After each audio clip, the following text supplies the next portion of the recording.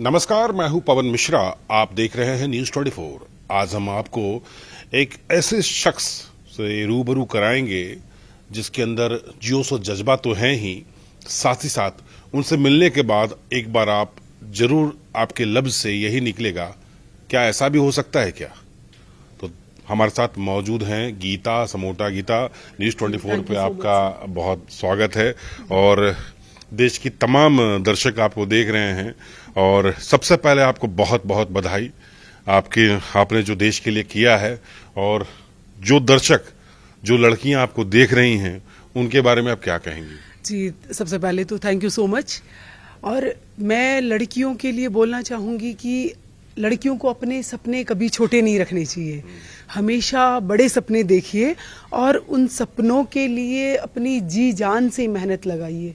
समाज क्या बोल रहा है, लोग क्या बोल रहे हैं, कौन पीछे खींच रहा है, उन सब चीज़ों पे बिल्कुल ध्यान नहीं देना और अपनी मंजिल को पा लीजिए। जिस दिन मंजिल पाएंगे वो पूरा समाज, वो पूरी सोसाइटी आपके पीछे खड़ी मिलेगी। एवरेस्ट के बारे में आपने कैसे सोचा कि कभी आप तो स्कूल के टाइम में ज्योग्राफी में पढ़ती होंगी, कॉलेज में पढ़ती होंगी, तो ये माउंट एवरेस्ट के बारे में जब आप पढ़ती होंगी तो क्या ऐसा कुछ सोचा था कि आप एक दिन माउंट एवरेस्ट पर जाके झंडा देश का गाड़ेंगी आप? जी देखिए, पहले बचपन में तो ऐसा लगता था कि पता नहीं क्या ही होता होगा, ये तो वहाँ भी कोई जाता है क्या, पहाड़, पता नहीं, समझ में नहीं आता था। लेकिन जब समझदार हुई और जब चीज़ें समझ में आने लगी तब मुझे लगा कि क्यों ना मैं भी ये कर सकती हूँ। जैसे CISF में आई और यहाँ आने के बाद मुझे पता चला कि हाँ, मैं क्यों नहीं कर सकती ये, तो मैंने यह करने का सोचा। मतलब कैसे पूरी स्ट्रेटजी हमारे दर्शकों को बताइए, कैसे आप फोर्स में आई।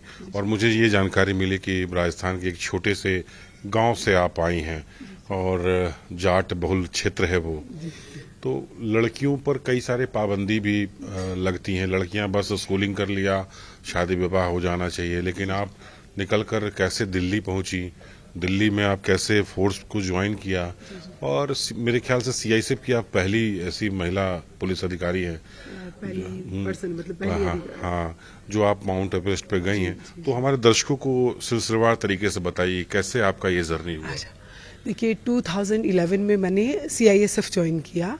यहाँ आने के बाद मुझे पता चला कि बाकी सब चीज़ों में तो बहुत आगे है हमारा फोर्स, लेकिन माउंटेनिंग में कोई भी नहीं है यहाँ पे। यहाँ एवरेस्ट अभी तक किसी ने भी नहीं क्लाइंब किया। तो मैंने सोचा कि क्यों ना मैं ही यहाँ से शुरुआत करूँ, और उसी क्रम में फिर मैंने 2015 में बेसिक कोर्स किया, 17 में एडवांस, और उसके बाद तो सफ़र चल पड़ा। बात, जैसे मैं राजस्थान के एक छोटे से गांव से हूं जहां सभी आज भी घूंघट लगाते हैं, तो शुरुआती दिनों में मुझे भी बहुत सारी समस्याओं का सामना करना पड़ा। जैसे कि शादी कर लो, उम्र हो गई, अभी कहाँ, ये कौन पहाड़ चढ़ता है, पहाड़ भी कोई चढ़ने की चीज़ है, क्या मिलेगा, ये सब चीज़ें मैंने भी बहुत बर्दाश्त की। लेकिन मैंने उन सब चीज़ों पर इतना ध्यान नहीं दिया, मैंने इग्नोर किया और आगे बढ़ती रही और आज इस मुकाम पे हूँ। उनके लिए क्या आप संदेश देंगे जो लगता है कि भाई लड़कियां हैं, घर में खाना बनाना है, शादी करके तो लड़की पराया धन है, तो उसके लिए क्या आप संदेश देंगे? मैं उन लोगों को संदेश देना चाहती हूँ कि अपनी बेटियों को सपने देखने दीजिए, उनको उड़ने दीजिए, उनको आज़ाद कीजिए, फिर देखिए वो एक से एक अजूबा करेंगी। आप विश्वास नहीं कर पाएंगे, इतने अजूबे वो कर देंगी। कितने दिनों का आपका ये जर्नी रहा? जी, ये टोटल, मतलब अगर मैं शुरुआत से बात करूं तो ये 10 साल हो गए आज मुझे। 10 साल के बाद मुझे ये मुकाम मिला है, जो कि बहुत ही कठिन सफ़र रहा। बीच में कई बार लो फील किया, कई बार बड़ा अच्छा भी लगा, कई बार चीज़ें मेरे मुताबिक हुई कि हाँ चलो ये एक्सपीडिशन करना है तो मैं कर लूँगी। कई बार कुछ चीज़ों ने मुझे निराश भी किया, लेकिन फाइनली आज जब जो मुझे चाहिए था वो मिला, तो वो सारी चीज़ें बिल्कुल वर्थ लगती है। तो कभी ऐसा भी लगा कि जब आपके माउंट एवरेस्ट पर की यात्रा आपने शुरू की तो लगता हो कि यार अब पीछे हट जाना चाहिए, अब नहीं हो पाएगा, ऐसा वैसा हो लगता था? देखिए, हम लोग ह्यूमंस हैं, इंसान है, तो थकता हर कोई है। तो बहुत बार थकान के दौरान भी ऐसे होता था कि क्या यार, क्या कर रही हूँ मैं। लेकिन फिर अपने आप को मेंटली स्ट्रॉन्ग करके, और वो जो सपना आपको सामने दिख रहा है कि हाँ मेरे बल का, मेरे ऑर्गेनाइजेशन का फ्लैग मैं वहाँ लेके जाऊँगी, तो वो चीज़ फिर आपको एक नई एनर्जी देगी। आप नई एनर्जी के, मैं एक नई एनर्जी के साथ हर बार आती थी और फाइनली ये किया। अगर गीता, बहुत ही अच्छा नाम, आपका नाम से ही बहुत कुछ प्रतीत होता है गीता को लेकर के। तो पिछले कुछ सालों का आंकड़ा हम देखें तो पैरामिलिट्री फोर्स से लोगों का रुझान कम हुआ है, वॉलंटियर रिटायरमेंट के लिए भी लोग आगे आते हैं, लेकिन अब आपकी इस मुकाम पे आने के बाद लड़कियों के अंदर भी वो जज्बा जो है जागा है। जी बिल्कुल। देखिए, और अगर मैं बात करूं CISF की, तो बहुत ही डेकोरेटेड फोर्स है, और इसमें आने के आप जैसे स्पोर्ट्स के थ्रू भी आ सकते हैं, और डायरेक्ट लाइक स्पोर्ट्स से हमारी डायरेक्ट एंट्रीज भी है, बाकी आप एग्ज़ाम रिटर्न एग्ज़ाम्स वगैरह देखिए भी आ सकते हैं। अभी भी हमारा एक स्पोर्ट्स से ओपन भर्ती चल रहा है, जो कि 400 कैंडिडेट्स हम लोग ले रहे हैं अलग अलग स्पोर्ट्स से। 29 स्पोर्ट्स हैं और ये 6 जून तक चलेगा। तो ये बहुत अच्छी अपॉर्चुनिटी है CISF ज्वाइन करने की और अपने सपने साकार करने की।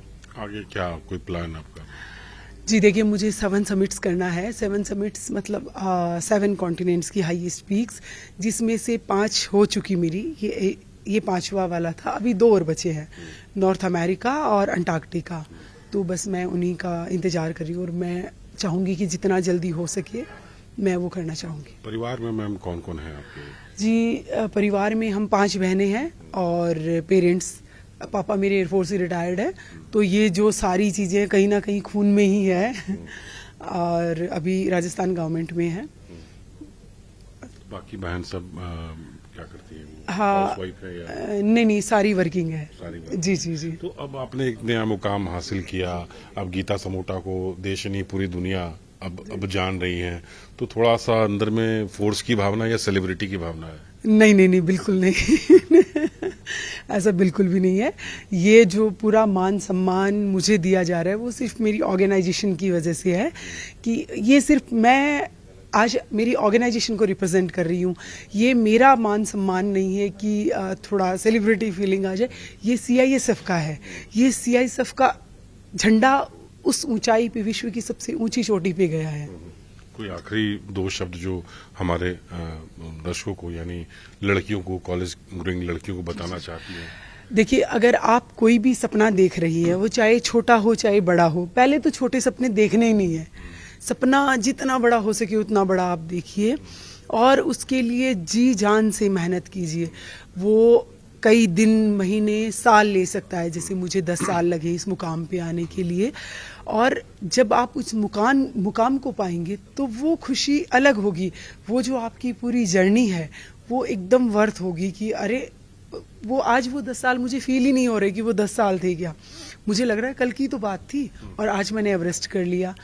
तो कभी भी गिव अप नहीं करना, हमेशा बड़े सपने देखने हैं।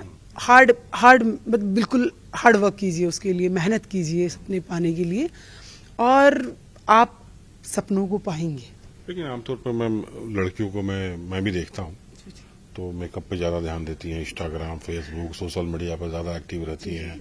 उन्हें लगता है कि फोर्स में क्या रखा है, लेकिन आपको देख के तो उनके अंदर तो जज्बा जुनून तो आएगा ही आएगा। देखिए, मेकअप तो लड़कियों का जन्मसिद्ध अधिकार है।